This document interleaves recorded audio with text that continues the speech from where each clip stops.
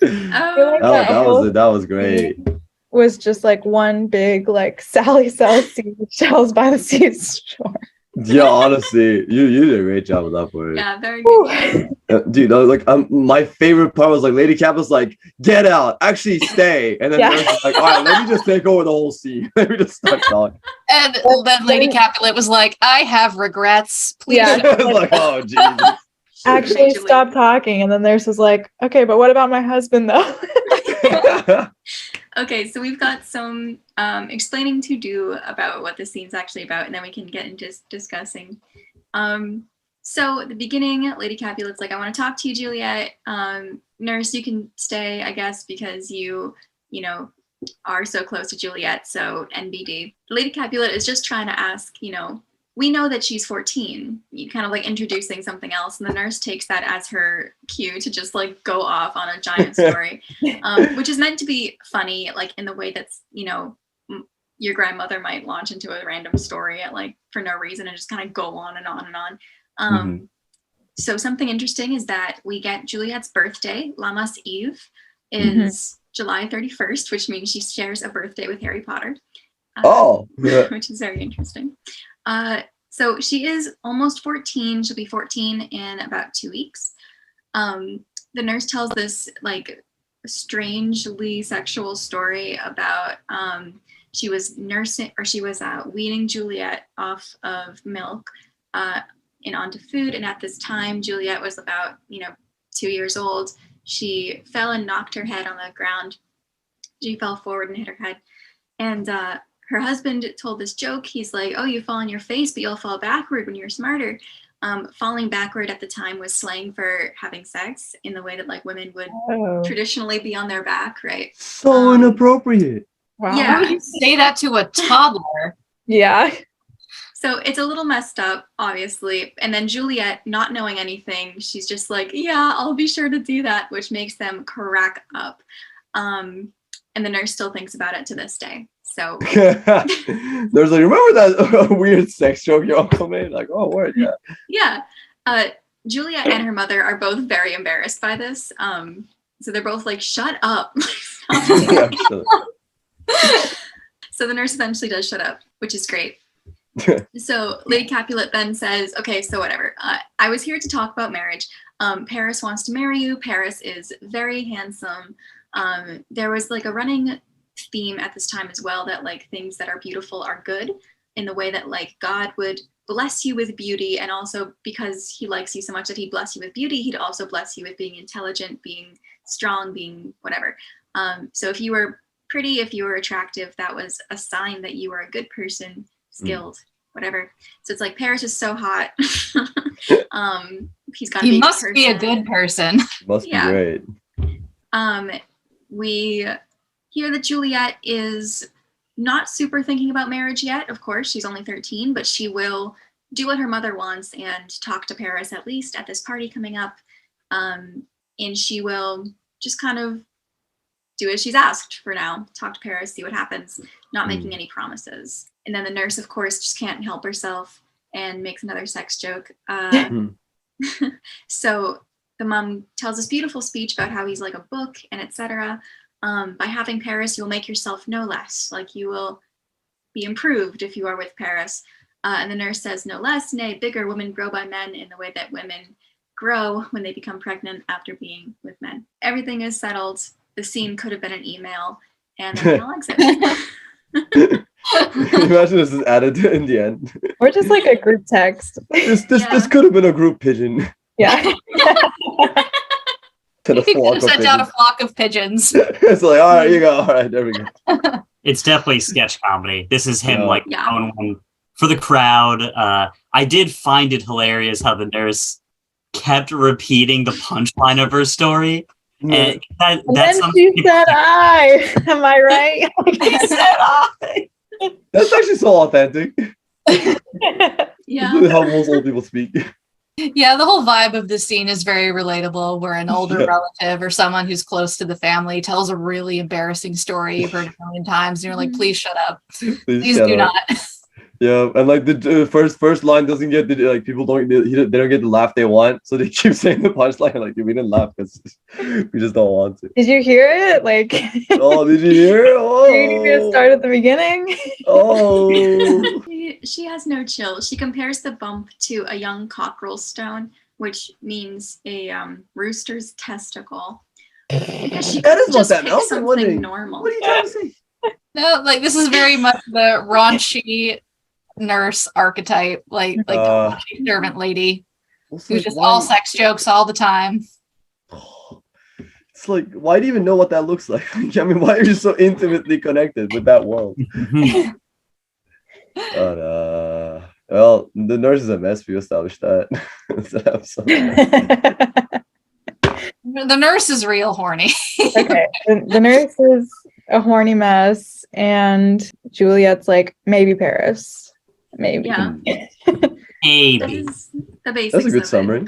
Thanks to the nurse in this moment that this play kind of passes the Bechdel test, because for a hot moment the nurse is talking for so long. We don't talk about men for a while, but it was almost by accident, so I don't know if it counts. Just for the lulz. Just for the lulz. He also probably wrote this speech by Lady Capulet is very much a common theme in Shakespeare's sonnets, which is his classic, like, you're hot, I'm hot. Maybe because we're both so hot, our love will last forever and get even hotter. Get even hotter. It really feels like he loves to. This is like kind of like the play can sometimes feel like a vehicle for him to show off his writing, and this very much felt like it, because the whole scene is meant to be comedic, but Lady Capulet gives like this. I think this is a sonnet. I'm not sure, but it's way more rhymed verse than the rest of the lines. So it's just interesting to see him, kind of go in between this stuff. He does a good job of mixing comedy with this sudden, like, dramatic monologue of look into his eyes like a book and see how hot he is. Which is interesting because I think in our modern day, we're very used to the concept of don't judge a book by its cover. Mm-hmm. That someone who is outwardly very good looking might be an asshole, or someone who is outwardly not very physically attractive could just be a really great person. And you should always not make a moral judgment on someone based on their appearance. But like you just said, that is not what was happening in this time, where people believe that people blessed by God with beauty would also have other virtuous characteristics, which is why we see lines like that in gold clasps locks in the golden story, where her mom's saying he's really hot, so therefore he's probably a great person. You should get to know who he is beneath this really sexy cover. Yeah. I like that. I would say too, like on what Tina said of God rewards the beautiful, the unspoken flip side of that in this time and era is that God punishes with ugliness, ill fortune, poverty, or basically anyone who's opposing the church at that time. So convenient. You're ugly if you oppose the church. But this is this is just a product of its time. It was much easier to look at someone beautiful and go, well, of course they're blessed. Look at them. It's obvious. But because if you believe that, you also have to believe that somebody deserves ill fortune, or that they brought it on themselves somehow. So, But honestly, people do still think that today. There are still people who think that poverty is a reflection of your character and that you're not working hard enough. And there have actually been studies done about this where attractive people, like conventionally attractive people, and whiter looking people are believed to be more successful, happier, more virtuous, generous, kind people because they look good. Beauty is still power. Like you have like more social clout if you're good looking, and it's really not that different, even though we have this counter narrative. Oh, that makes sense. Like we still have the exact same culture, right? Yeah. It's very prevalent. Even though we have this counter narrative of don't judge people by appearances because they're not always right, we still do very much judge people by their appearance. And we judge books by their cover all the time. We especially that Ian, what was the book with the murder mystery? I took the hell out of that book. Straight up the cover, no question. And I was right. There's obviously a piece to this, which is biological. But I read this thing once that was like, why do we tend to find like long hair on women attractive? And a theory on that was that in order to grow long hair, you have to have enough nutrients to like have extra Grow basically hair. for your hair to grow. So like the longer your healthy hair is, the more the more resources you have. And so that means that like if you have children with this person, they have a higher chance to survive. And so it's like that is attractive to us for like the purely reproductive, biological, whatever. Very and I think pragmatic reasons. it is, but that's still true for beauty. Like if you have enough time and energy to look pretty, frankly, like that means you have resources. And like, and from a biological standpoint, it's like, oh, like they're healthy enough to like have pink tint in their cheeks. Like they have enough. They're healthy enough to put on the foundation. They're not dying of starvation or scurvy or yeah. So like there is that, but obviously that's so past where we're like at this time. Different cultures also had attached, like they didn't gender the long hair. There are a lot of indigenous cultures or for religious reasons people don't cut their hair, where long healthy hair was a sign of beauty in all genders. Yeah, for sure. Damn, I gotta make moves. To go back to the text, it's hilarious to me that when the nurse first says like, I think it's her first time repeating. Yeah, when she first repeats, quoth my husband, fall across thy face, will thou not, Jewel? It stinted and said I. Juliet tries to stop her by rhyming with her, thus ending the couplet and going, instant thou too, I pray thee, nurse, say I. Like matching the meter and everything, which is like a fun little meta. It's like a meta joke because it's like it's like in Hamilton, actually, when they finish the other person's couplet, like in the Aaron Burr Hamilton songs. So it's a very clever use of the form of like people when they hear a rhyme and they know a rhyme's coming, you can play into that expectation by having the characters take advantage of that too, even though Juliet doesn't know they're rhyming. So Shakespeare is very good at doing this, and Hamilton is also great at doing this too. You might notice this is a very freshman year English thing to point out, but the lower class characters in Shakespeare often don't rhyme. The higher class ones often will rhyme. Really? So to talk to what we were saying earlier, again, it's kind of like the higher classes were blessed at the time. They believed that by God. In reality, they just had enough education, enough money to get educated to, speak in a more eloquent way, which was shown through Shakespeare in rhyming. So what is cool about that is that it does come through subconsciously, that we like see them differently because they're speaking in like this very pretty way. And so it kind of leads into them being pretty and rich and lovely, whereas the nurse is like more crass. But when Juliet does that, it's almost like she can't quite code switch perfectly into the nurse's way. She's like, we have to rhyme now, right? That's how we speak. This is rhyming time. I like that quite a lot. And again, we're really not so different nowadays, where the way African Americans speak or like African American slang is seen as lower educated and undesirable. Like that's not how people speak if they're educated.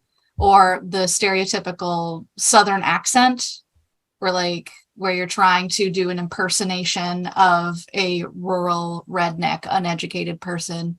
You might devolve into a Southern accent because that's associated with people living in a rural and impoverished place.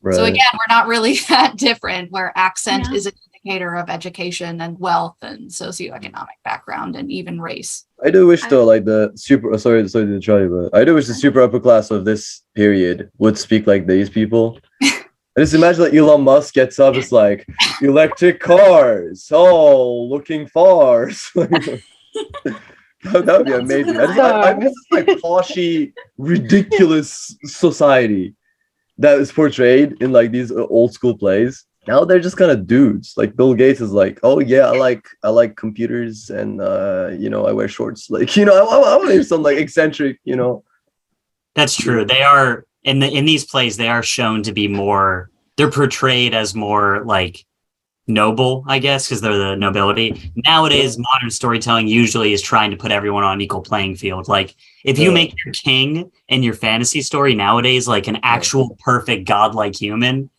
people are going to be like, "What are you doing? That's not Donald Trump."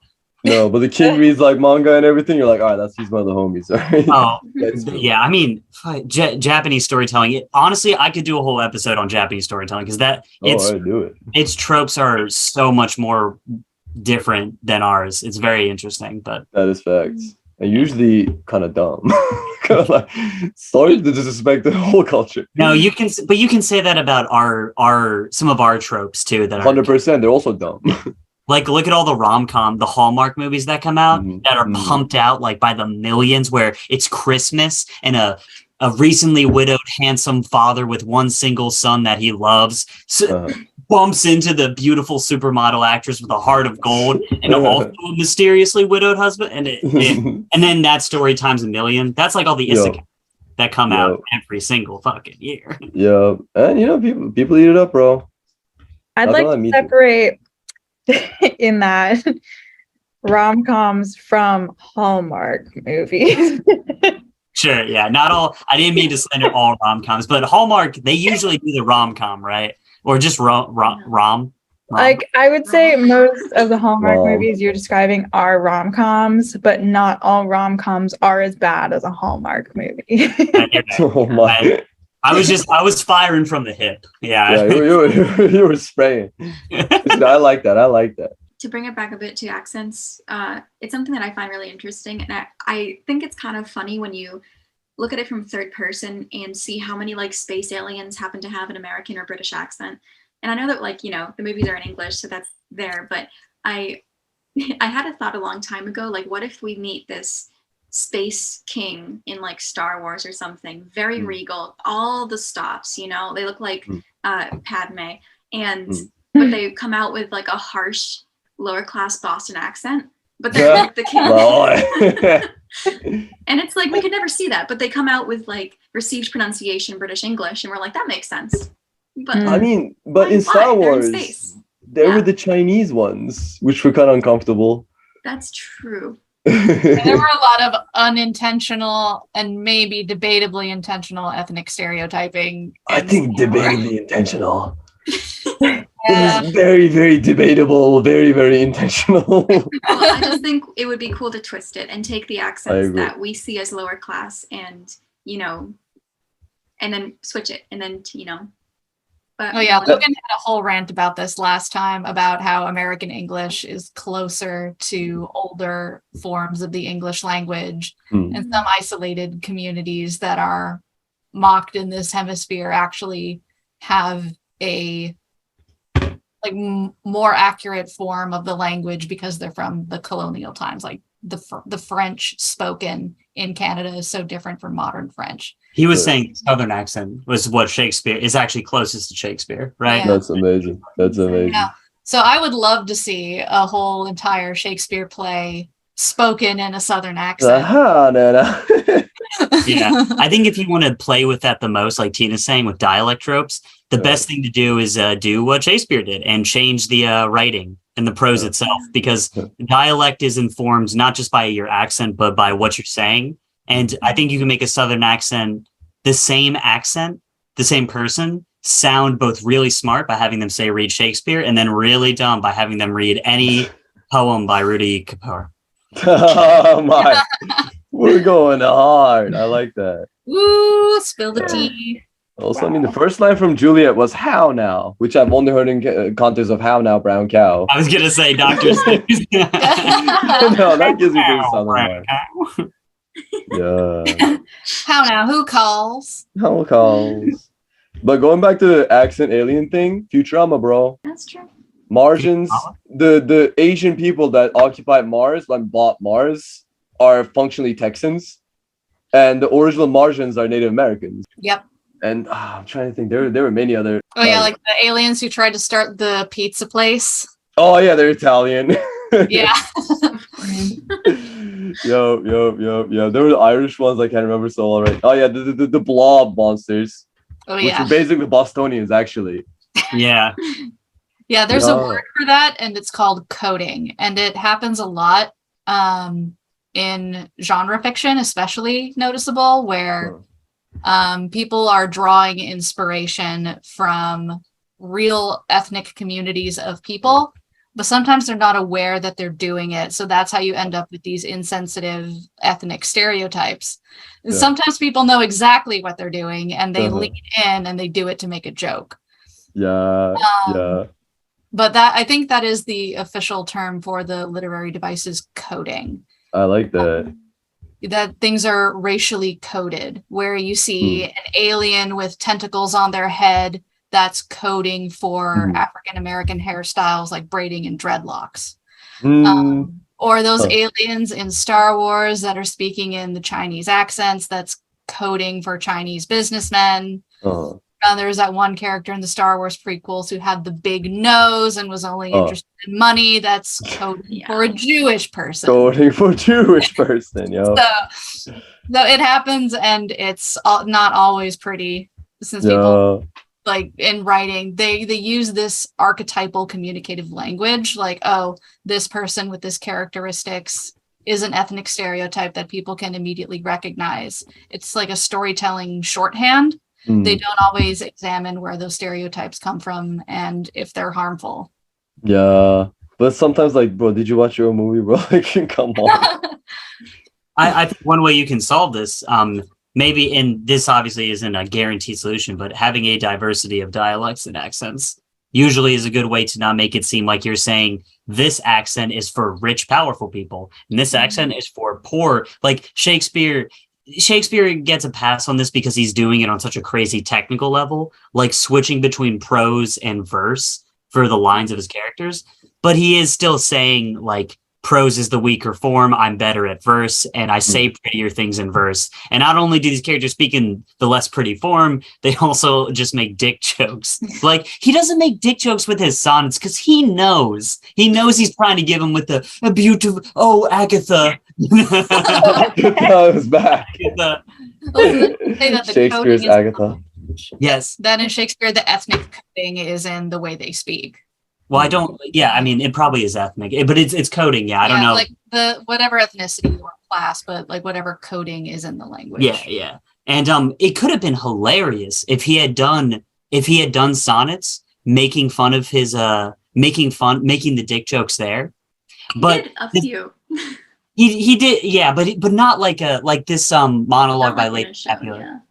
She really like goes in and is like, I'm saying something very beautiful and meaningful. And he could do this way more often than with his like one or two rhyme dick jokes. And I think it's because this is the area where Shakespeare's a little shallow. I think he's a little vain about like not just like who speaks what in his world, but how he sees himself in that world too. He's like, I am the nobility, saying something beautiful and perfectly rhymed verse with excellent meter and cadence and imagery. And then, but there's a part of me that makes a little dick joke now and then, and that's disturbing, man. Oh, I'm a rascal.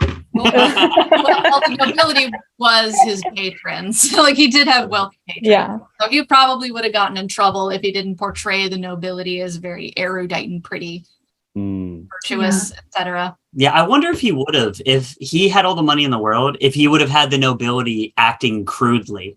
Because I know the people standing at the Globe Theater would have found that hilarious. It's been a joke as old as time that, they're just as crass as us. I think that it definitely depends. I know specifically with Macbeth, not that like Macbeth ever got crude, but obviously Macbeth killed people and was a horrible person. The person who paid for Shakespeare to write Macbeth, King after Elizabeth, James. He was a descendant of Banquo, who was like the deuteragonist in Macbeth.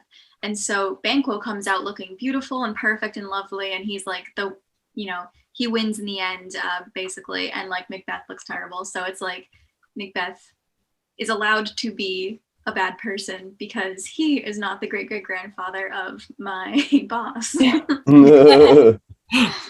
Yeah, the Renaissance era PR campaign for the royalty. Yeah. Like this video if you liked it. Oh. Like this video if the scene could have been email. Yeah. Yo, like it for the pigeons, like it for, you know. Drop an embarrassing story your relatives might tell about you in the comments. Oh, yeah. Actually, I would love to hear that. Do that.